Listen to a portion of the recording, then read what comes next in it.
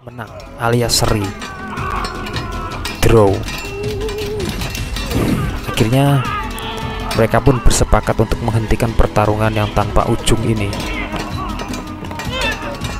Mereka akhirnya berdamai, membuat kesepakatan untuk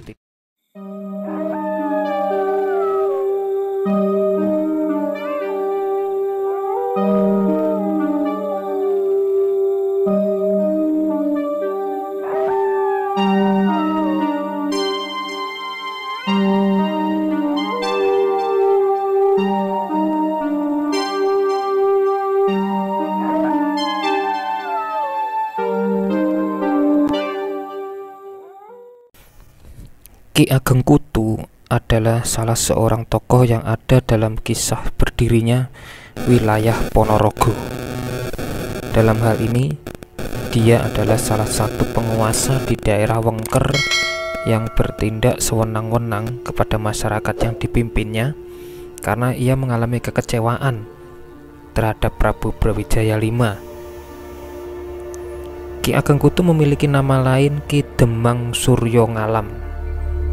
Ki Demang Suryo Ngalam adalah kerabat dari Prabu Brawijaya V yang berkuasa atas daerah Wengker.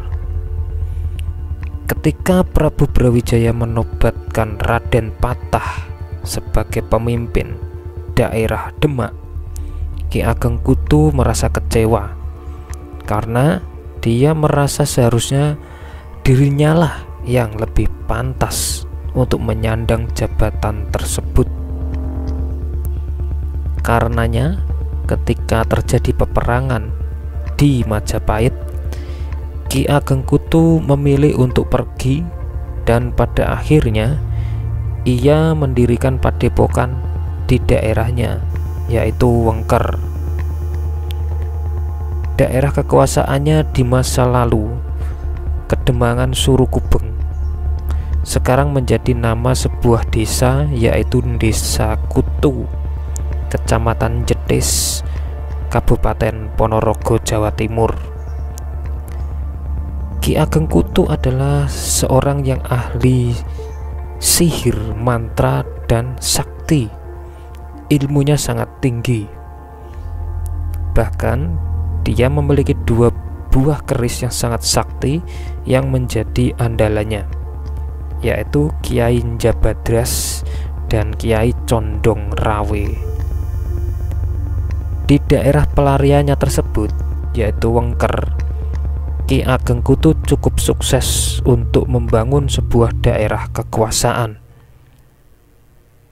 Karena hal inilah dianggap sebagai ancaman bagi Raden Patah yang kemudian mengutus Raden Bathara Katong dan para pengawalnya untuk membentuk sebuah daerah kekuasaan di daerah Wengker. Pada zaman dahulu, masyarakat di daerah Wengker tidak percaya pada adanya Sang Hyang Tunggal. Hal ini dikarenakan karena Ki Ageng Kutu yang mengajarkan kepercayaan-kepercayaan tertentu kepada masyarakat. Melalui padepokannya, dia mendidik putra-putri daerah Wengker dengan berbagai macam ilmu, di antaranya ilmu kanuragan, filsafat, seni. Salah satu sumber menyebutkan bahwa reog adalah ciptaan dari Ki Ageng Kutu. Namun sebenarnya awalnya kesenian reog ini dibuat sebagai kritik atas Prabu Brawijaya V yang ditundukkan oleh rayuan wanita, yaitu Dewi Anarawati yang merupakan putri Campa. Karena kesenian yang diciptakannya inilah melambangkan sebuah seni barongan yang menampilkan sosok manusia berkepala harimau sebagai simbol Raja Majapahit yang ditunggangi merak sebagai simbol dari Putri Campa. Ki Ageng Kutu memiliki 3 orang anak, yaitu Niken Gandhi yang nantinya akan menjadi istri dari Raden Bathara Katong. Kedua anak lainnya adalah Suryolono dan Suryodoko, yang nantinya juga akan menjadi pengikut dari Raden Bathara Katong sepeninggal ayahnya. Suryolono menjadi pengawal pribadi Raden Bathara Katong dan berganti nama menjadi Suromenggolo. Suryolono menggantikan ayahnya memimpin Suru Kubeng dan dikenal dengan nama Surohandoko.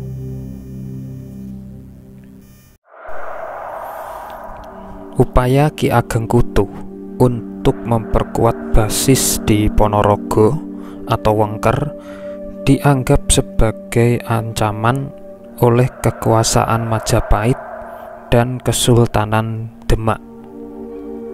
Sunan Kalijogo bersama dengan muridnya, yakni Kiai Muslim atau biasa disebut sebagai Ki Ageng Mirah, mencoba melakukan investigasi dan mencari informasi terhadap keadaan di Wengker atau di Ponorogo dan mencermati kekuatan-kekuatan yang paling berpengaruh di wilayah Wengker. Dan mereka akhirnya menemukan bahwasanya Demang Kutu atau Ki Ageng Kutu merupakan penguasa paling berpengaruh di Wengker pada saat itu. Akhirnya, setelah mendapatkan informasi dan hal-hal penting dari investigasinya, Sunan Kalijogo dan Kiai Ageng Mirah segera melaporkan hasil tersebut kepada Kesultanan Demak untuk diambil tindakan-tindakan tertentu demi kepentingan ekspansi kekuasaan dan syiar penyebaran agama. Penguasa Demak akhirnya memutuskan untuk mengirimkan seorang putra terbaiknya, yakni yang kemudian nanti dikenal luas dengan nama atau dengan sebutan Bathara Katong, dengan salah seorang santrinya yang bernama Selo Aji, yang diikuti juga oleh 40 orang santri senior yang lain.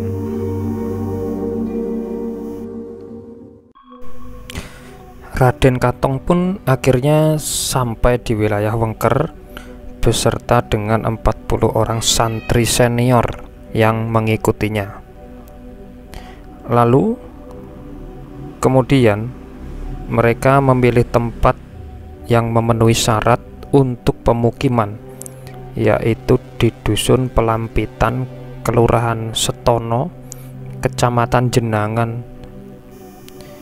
Saat Bathara Katong datang memasuki Ponorogo atau Wengker, mereka melihat bahwa kebanyakan dari masyarakat Wengker adalah penganut Hindu, Buddha, animisme, dan juga dinamisme. Mereka banyak yang masih menyembah pohon, menyembah batu besar, ataupun menyembah atau berdoa kepada para leluhur. Mereka sama sekali belum tersentuh oleh agama yang baru. Nah, setelah sampainya di Dusun Pelampitan, Kelurahan Sentono, Kecamatan Jenangan, mereka pun akhirnya bermukim di sana untuk sementara waktu sambil menunggu saat yang tepat untuk menaklukkan ataupun membawa buronan mereka ataupun tokoh yang berpengaruh di sana, yaitu Ki Ageng Kutu. Sambil mengumpulkan informasi tentang Ki Ageng Kutu, mereka pun menyiapkan segala peralatan dan juga menyiapkan fisik mereka, karena mereka akan menangani ataupun akan berhadapan dengan Ki Ageng Kutu yang merupakan tokoh yang sangat terkenal sakti mandraguna dengan 2 pusaka andalannya. Mereka menyiapkan segala sesuatu yang dikiranya perlu, sehingga tatkala nanti berhadapan dengan Ki Ageng Kutu, mereka bisa menangani dengan baik dan mengetahui apa yang akan dilakukan Ki Ageng Kutu. Di sisi lain, kedatangan rombongan utusan dari Kesultanan Demak diketahui oleh Ki Ageng Kutu dan para pengikut-pengikutnya. Para pengikutnya menyampaikan kepada Ki Ageng Kutu rencana dari Raden Katong yang hendak menangkapnya. Ki Ageng Kutu pun menyadari bahwa keberadaan dirinya dan apa yang sudah dilakukannya akan memancing pihak Kesultanan Demak untuk bertindak. Ia pun menyiapkan diri bersama para pengikutnya untuk menghadapi potensi-potensi kemungkinan terburuk yang mungkin akan dihadapinya. Beberapa waktu kemudian, akhirnya Raden Katong dan utusan-utusan dan juga pengawalnya memutuskan untuk segera berangkat menuju ke Padepokan, tempat di mana Ki Ageng Kutu berada. Mereka ingin segera menyelesaikan misinya tersebut dan melaporkannya ke Kesultanan Demak, yang pada waktu itu Kesultanan Demak masih berada di bawah Majapahit.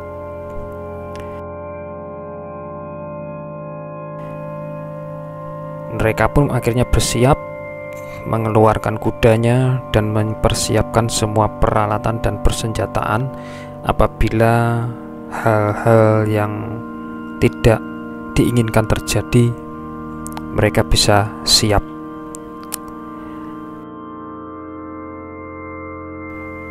Raden Katong pun juga mengenakan seragam ataupun baju kebesarannya, baju pejabat istana, pejabat dari Kesultanan Demak, untuk menunjukkan bahwasanya dia adalah orang yang benar-benar dipercaya oleh Kesultanan Demak dan juga oleh Majapahit dalam menjalankan misinya tersebut.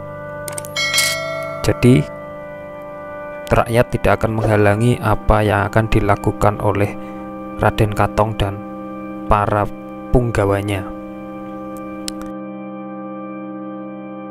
Tatkala mereka hendak beranjak menuju ke Padepokan, tempat di mana Ki Ageng Kutu berada, tiba-tiba Ki Ageng Kutu ternyata sudah berada di tempat di mana Raden Katong dan pasukannya berada. Katong, kamu mau menangkap aku ya? Ki Ageng Kutu, wah, ternyata engkau sudah datang ke sini. Aku jadi tidak perlu repot-repot menuju ke Padepokanmu. Nah, Ki Ageng Kutu sudah tahu kan apa maksud kedatangan kami ke Wengker ini. Segeralah menyerahkan dirimu dan hadapilah pengadilan yang ada di Kesultanan Demak. Katong, aku ini sudah tua dan kamu masih muda, tapi kenapa kamu datang ke tempatku ini membawa sebegitu banyaknya pasukan? Kau kan bisa menyampaikannya baik-baik apa yang hendak kau inginkan. Oh ya, tapi jika kamu ingin membawaku ke Kesultanan Demak dan menyatakan bahwasanya aku bersalah, aku tidak akan mau. Aku tidak akan mau tunduk di bawah Raden Patah. Karena Demak itu harusnya adalah di bawah kepemimpinanku, bukan anak dari wanita campa itu yang selama ini mengontrol Prabu Brawijaya V. Aku tidak akan sudi untuk menghadap kepada Raden Patah. Kamu tidak lupa jasa-jasa Prabu Brawijaya terhadap kamu. Prabu Brawijaya sudah banyak berkorban dan memberikan banyak fasilitas kepada dirimu. Apa kamu tidak mau membalas budi? Segeralah berbalik, kembalilah mengabdi kepada raja. Aku tidak mau mengabdi lagi kepada Brawijaya V, karena dia sudah terpengaruh oleh akal busuk dari kalian semuanya. Aku tidak mau. Baiklah, kalau kamu tidak mau, Raden Kutu atau Ki Ageng Kutu, jika kamu tidak mau ikut denganku, baiklah, jangan salahkan aku dan pasukanku jika kami melakukan hal-hal yang berada atau di luar kendali kami.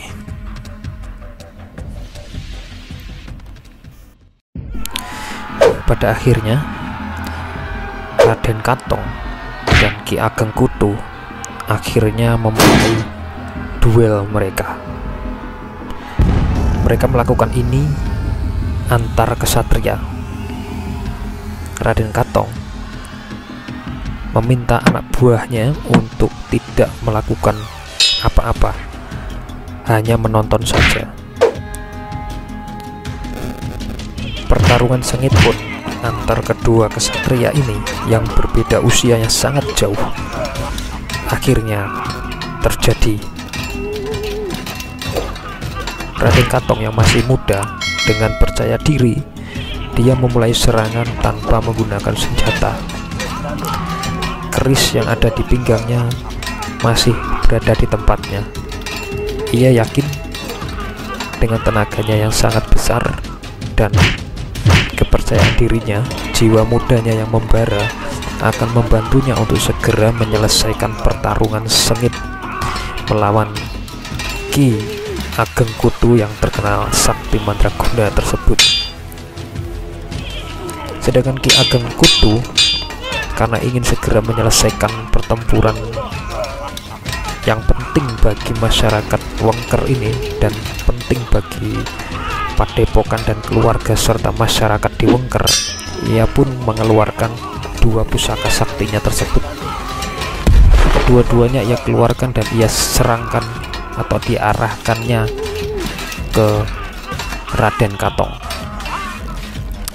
Dua pusaka tersebut yaitu Kiai Jabadras berada di tangan kanan dan Condong Rawe, keris Condong Rawe ada di tangan kiri. Dua-duanya berkombinasi untuk menyerang dan melukai lawannya. Tapi pertempuran sengit ini ternyata seri. Keduanya memiliki ilmu kanuragan yang pilih tanding. Raden Katong yang merupakan seorang perwira di kerajaan atau di Kesultanan Demak merupakan orang yang pilihan, memiliki ilmu kanuragan di atas rata-rata para prajurit di bawahnya. Kekuatannya setara dengan 100 prajurit. Sedangkan Ki Ageng Kutu merupakan seorang komandan ataupun bekas prajurit Majapahit yang sudah malang melintang di berbagai medan pertempuran. Duel-duel seperti ini merupakan hal biasa baginya. Ia dulunya pernah mengawal raja, melindungi raja, karena dia juga merupakan kerabat raja. Tentunya kerabat raja dibekali dengan ilmu kanuragan yang di atas rata-rata, yang khusus dan spesial. Kerisnya pun bukanlah keris biasa, keris bikinan empu dari Majapahit yang terkenal sakti mandraguna juga, sehingga keduanya saling beradu. Ilmu kanuraganya saling bertempur satu dengan yang lain. Tenaga dalam mereka menimbulkan aura yang sangat panas di sekeliling mereka. Debu-debu dan batu-batu berhamburan di sekeliling mereka bagaikan topan yang berputar mengelilingi mereka. Para penduduk Wengker pun menjadi saksi dari pertarungan sengit tersebut, disaksikan oleh para punggawa dari Raden Katong yang ikut melongo melihat kesaktian mereka begitu luar biasa. Setelah sekian lama bertarung, akhirnya tidak ada satupun dari mereka yang menang alias seri, draw. Akhirnya mereka pun bersepakat untuk menghentikan pertarungan yang tanpa ujung ini. Mereka akhirnya berdamai, membuat kesepakatan untuk tidak mengganggu wilayahnya masing-masing. Jika ada yang mengganggu, maka pertumpahan darah sekali lagi akan terjadi. Akhirnya Ki Ageng Kutu pun akhirnya kembali ke padepokannya dan tidak mengganggu Raden Katong lagi. Sedangkan Raden Katong akhirnya diberikan kekuasaan untuk memimpin dan mengendalikan masyarakat yang ada di Wengker.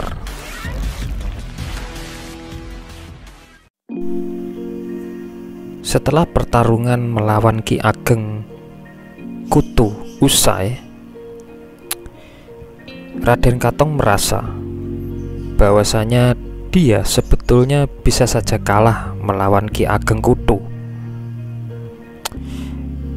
Ki Ageng Kutu nampaknya sengaja mengurangi kekuatannya dan ilmu tenaga dalamnya ketika bertarung melawan Raden Katong. Usai peristiwa pertarungan itu, Wengker akhirnya ada di bawah kepemimpinan Raden Katong sesuai dengan perintah dari Kesultanan Demak untuk memimpin Wengker di bawah penguasaannya. Namun ternyata rakyat dan masyarakat Wengker tidak menyukai kepemimpinan Katong. Mereka masih kecewa dengan kesepakatan yang dibuat antara Katong dengan Ki Ageng Kutu. Selain itu juga mereka juga kecewa atau tidak suka dengan perbedaan keyakinan yang ada di masyarakat Wengker dan para pemimpin dan pejabat yang ada di bawah kepemimpinan Raden Katong. Karena perbedaan agama tersebut, golongan-golongan inilah yang sering melakukan pemberontakan dan membuat kekacauan di masyarakat, sehingga membuat kepemimpinan Raden Katong seolah kurang berwibawa. Namun ternyata di balik semuanya itu, pemberontakan-pemberontakan yang terjadi ternyata dikoordinir oleh Raden atau Ki Ageng Kutu itu sendiri juga. Menyadari hal tersebut, Raden Katong akhirnya melakukan siasat yang lain guna mengalahkan atau menaklukkan Ki Ageng Kutu.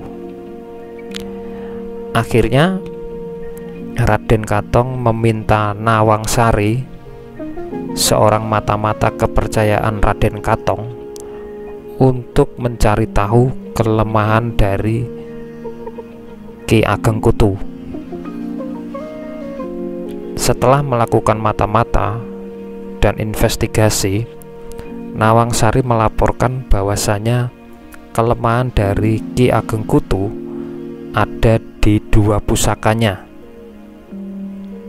Dua pusaka tersebut berwujud keris sakti yang bernama Kiai Jabadras dan Condong Rawe yang beberapa waktu yang lalu dipakai oleh Ki Ageng Kutu untuk bertempur duel dengan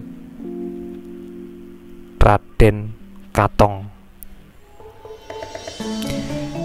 Akhirnya Nawangsari pun memberikan masukan untuk menikahi Niken Gandini. Nawangsari mengajukan sebuah ide meminta Raden Katong untuk menikahi Niken Gandini, putri dari Ki Ageng Kutu. dengan menikahi Niken Gandhini, mereka bisa mengambil atau mencuri 2 pusaka andalan dari Ki Ageng Kutu, sehingga bisa mengalahkan Ki Ageng Kutu dengan mudah.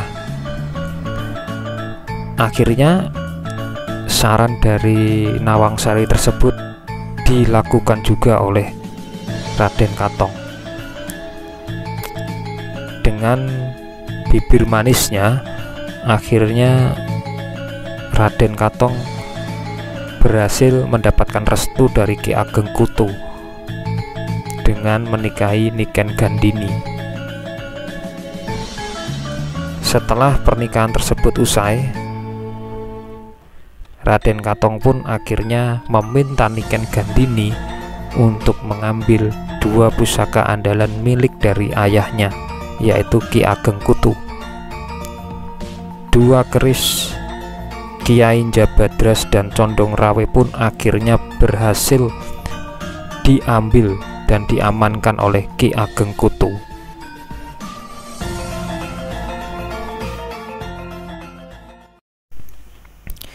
Setelah berhasil mengambil 2 keris sakti milik dari Ki Ageng Kutu, akhirnya dengan mudah Raden Katong mengalahkan Ki Ageng Kutu.